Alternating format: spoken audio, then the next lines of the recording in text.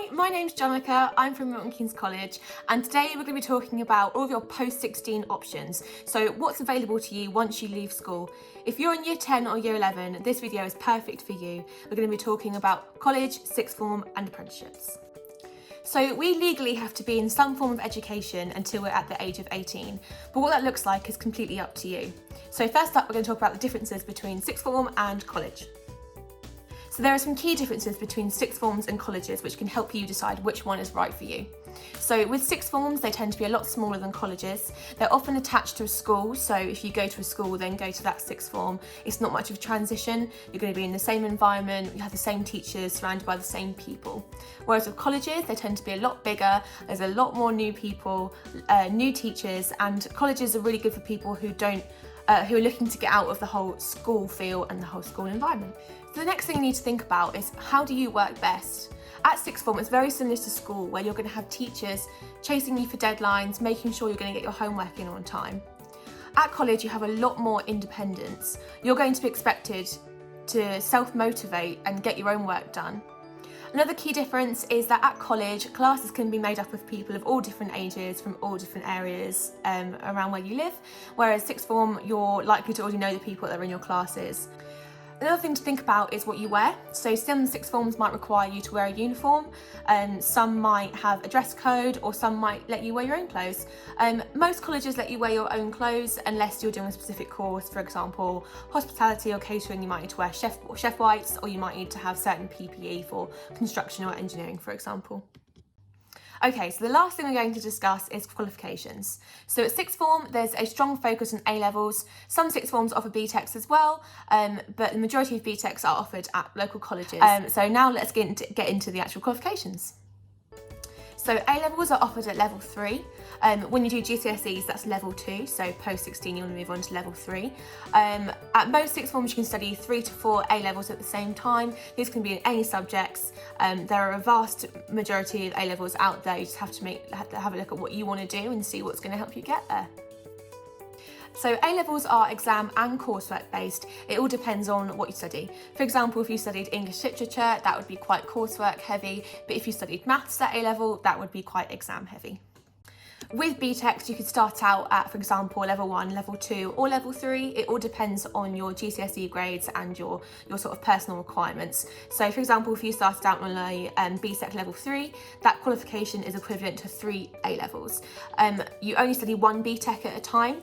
That's because obviously it's equivalent to 3 A-levels, so it's a lot of work. You can study BTECs in lots of different subjects. Again, you have to check your local college website to see what they are offering. BTECs tend to be quite heavily focused on coursework. However, there's some exams, these could be written or they could be work-based assessments. One of the main benefits of colleges focusing so heavily on BTECs is that they have the facilities to support that. With BTECs being mainly vocational subjects such as, for example, cooking, hairdressing, that sort of thing, most colleges have really good industry standard facilities that are going to help you learn the skills that you need to create a career in that profession. When it comes to deciding what's right for you, you've got to think about, what do you want to do and how do you work best? Do you prefer exams? Are you more based towards coursework, or do you prefer a mixture of both? With A-levels, you can study more than one thing, which is great if you're interested in a few things. It can really help you decide what you want to focus on going forward. BTECs take a lot more practical approach to learning. They're great for people who are really eager to get out of the classroom and really like to work with their hands and learn through experience and trying things.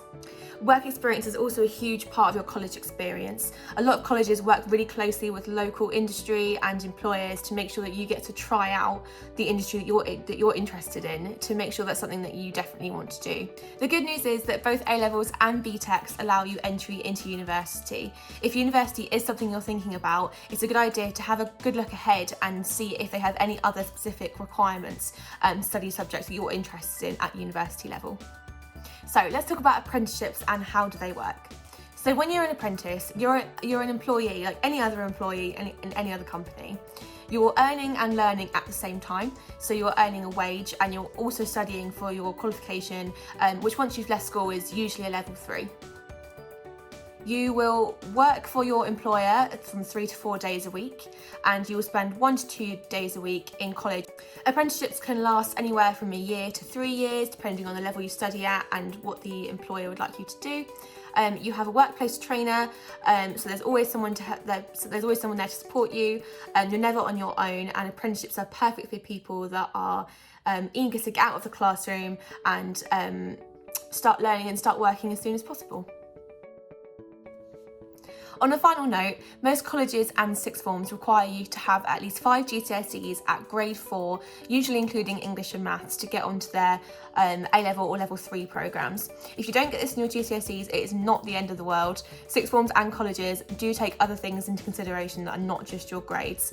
And above all, this year has been really hard for all of you and for all of us, and we are by no means judging you on your grades, so please do not hesitate to apply for something that you really want to do just because your grades might not be what you want them to be.